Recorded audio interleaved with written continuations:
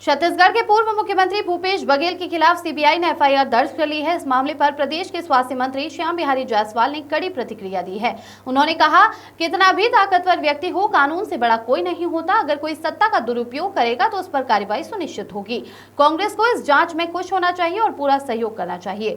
सरकार सभी प्रकार के घोटालों की निगरानी कर रही है। नक्सल प्रभावित जिलों के लिए सरकार का बड़ा कदम बनेगी जिला निर्माण समिति। छत्तीसगढ़ सरकार ने नक्सल प्रभावित जिलों के विकास के लिए जिला निर्माण समिति का गठन किया है। इस पर स्वास्थ्य मंत्री श्याम बिहारी जायसवाल ने कहा, मार्च 2026 तक छत्तीसगढ़ को नक्सल मुक्त बनाया जाएगा। बस्तर की वादियां स्विट्जरलैंड से भी खूबसूरत हैं। हमारी सरकार अंतिम व्यक्ति तक विकास पहुंचाने के लिए प्रतिबद्ध है। बस्तर में पारदर्शी तरीके से विकास कार्य होंगे। लोकसभा में पेश होगा वक्फ संशोधन बिल। विपक्ष पर बरसे मंत्री। लोकसभा में जल्द ही वक्फ संशोधन बिल पेश किया जाएगा। इसे लेकर स्वास्थ्य मंत्री श्याम बिहारी जायसवाल ने विपक्ष पर निशाना साधते हुए कहा, सरकार वक्फ बोर्ड को खत्म नहीं कर रही बल्कि नए नियमों की जरूरत थी। पुराना नियम अब अप्रासंगिक हो गया था, इसलिए इसे संशोधित किया जा रहा है। भारत एक धर्मनिरपेक्ष राष्ट्र है, लेकिन विपक्ष तुष्टीकरण की राजनीति करता है।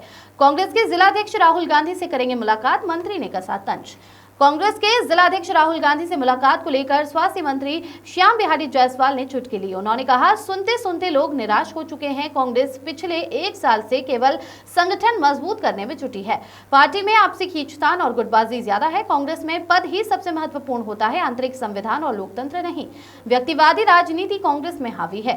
छत्तीसगढ़ की राजनीति में इन घटनाओं से हलचल तेज हो गई है। अब देखना होगा कि कांग्रेस इस पर क्या प्रतिक्रिया देती है। विपक्ष तो हमेशा तुष्टीकरण की राजनीति करती आ रही है और आज देश का जो हाल है, 2014 से पहले जिस प्रकार से देश किस दिशा में जा रहा था, ये किसी से छुपा नहीं है। माननीय प्रधानमंत्री नरेंद्र मोदी जी के आने के बाद देश चाहे विदेश नीति में हो, चाहे आंतरिक सुरक्षा मामले में हो, चाहे अर्थव्यवस्था में हो, चाहे किसी भी समसामयिक दृष्टि में हो, निरंतर आगे बढ़ रहा है। क्योंकि मुस्लिम भी हमारे देश के नागरिक हैं और उनके लिए भी बराबर का अधिकार देना माननीय प्रधानमंत्री जी का लक्ष्य है। और आपने देखा होगा कि विपक्ष बहुत विरोध की ट्रिपल तलाक का, लेकिन हमारी मुस्लिम बहनों को एक बराबर का अधिकार ट्रिपल तलाक ख़त्म होने से मिला। एक कानून बना, कानून के दायरे में रहकर सभी के लिए एक बराबर कानून बनाया गया। जो बहुपत्नी का नियम था उसको समाप्त किया गया। तो इस प्रकार से इसका भी विरोध किया गया था। और चूँकि अब वक्फ बोर्ड बहुत पुराना नियम बना हुआ था और वर्तमान परिवेश में नए नियम की आवश्यकता थी, जिसमें हमारी महिलाओं को भी, जो बहनें हैं, उनको भी इसमें रखने की बात कही गई है, ताकि महिलाओं से संबंधित उनके भी डेवलपमेंट, विकास के लिए बात हो सके। जो 2 गैर मुस्लिम हैं उनको भी रखने की उसमें बातचीत है। तो इस प्रकार से चूँकि भारत एक धर्मनिरपेक्ष राष्ट्र है, इस बात की पैरवी कांग्रेस और अन्य विपक्षी दल बड़ी तेज़ी से अन्य प्लेटफॉर्म पर करते हैं। तो इसमें गैर मुस्लिम और महिलाओं को रखने में कोई आपत्ति नहीं होना चाहिए। और सरकार कोई वक्फ बोर्ड को ख़त्म कर नहीं रही है, उसको और मजबूत करने के लिए बिल लाई है। और सदन में 8 घंटे की चर्चा भी होगी, उसमें सभी पक्ष और विपक्ष के लोग अपनी बातों को रखेंगे। तो मुझे नहीं लगता कि किसी प्रकार का इसमें कोई दोष है। ये निश्चित रूप से इसको सुधार करना चाहिए। और देश में आपने देखा होगा कि माननीय प्रधानमंत्री नरेंद्र मोदी जी के आने के बाद देश में तमाम ऐसे कानून में संशोधन किया गया है, चाहे शिक्षा नीति में हो, चाहे आईपीसी में हो, चाहे अन्य दिशा में हो। तमाम पहलुओं को, तमाम क्षेत्रों में सुधार किया गया है और इसी कड़ी में वक्फ बोर्ड का भी सुदृढ़ीकरण करना है। अच्छा, देखिए, आप सभी जानते हैं कि भारतीय जनता पार्टी की माननीय विष्णुदेव साय जी की सरकार है। और सरकार जब से आई है तब से, चाहे वो हेल्थ में घोटाला हो, चाहे पीएससी का घोटाला हो, चाहे महादेव सट्टा ऐप हो, चाहे आबकारी विभाग में घोटाला हो, किसी भी प्रकार के घोटाले को सरकार जो है लगातार मॉनिटरिंग कर रही है और उसको जिस लायक जो जांच एजेंसी है उससे जांच करा रही है। सीबीआई महादेव सट्टा ऐप घोटाले का जांच कर रही है और उस जांच में भूपेश बघेल जी के ऊपर भी, जैसा मीडिया और उसमें भी आ रहा है, हम लोग देख रहे हैं कि उनका भी नाम आ रहा है। तो निश्चित रूप से कोई कितना ही बड़ा ताकतवर व्यक्ति क्यों ना हो, देश के कानून और संविधान से बड़ा कोई नहीं है।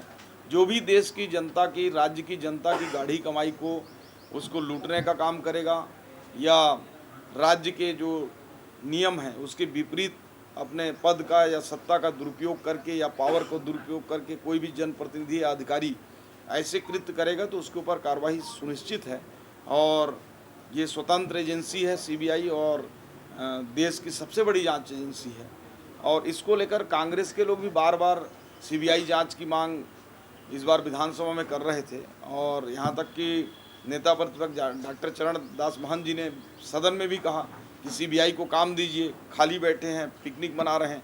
इस प्रकार का उनकी भी मंशा थी। तो इसमें तो कांग्रेस को खुश होना चाहिए कि जांच हो रही है, तो जांच में सहयोग करना चाहिए। साच को आँच कैसा, अगर दोषी कोई नहीं है तो ज़बरदस्ती उसको तो कोई फंसाएगा नहीं।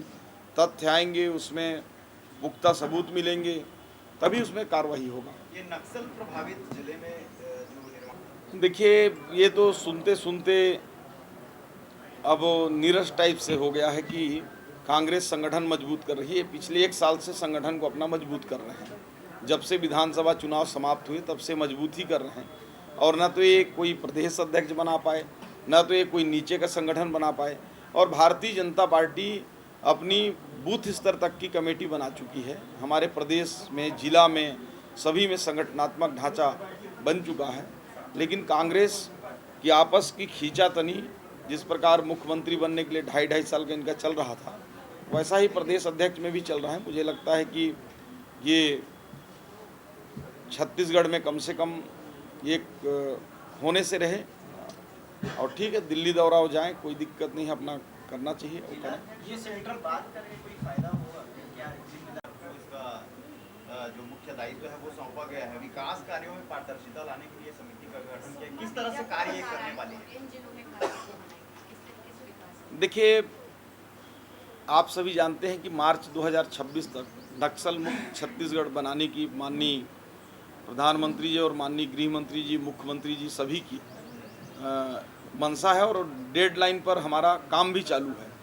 चूँकि जब नक्सलवाद खत्म होगा तो मुझे लगता है कि स्विट्ज़रलैंड से भी अच्छा वादी हमारे बस्तर के पास है।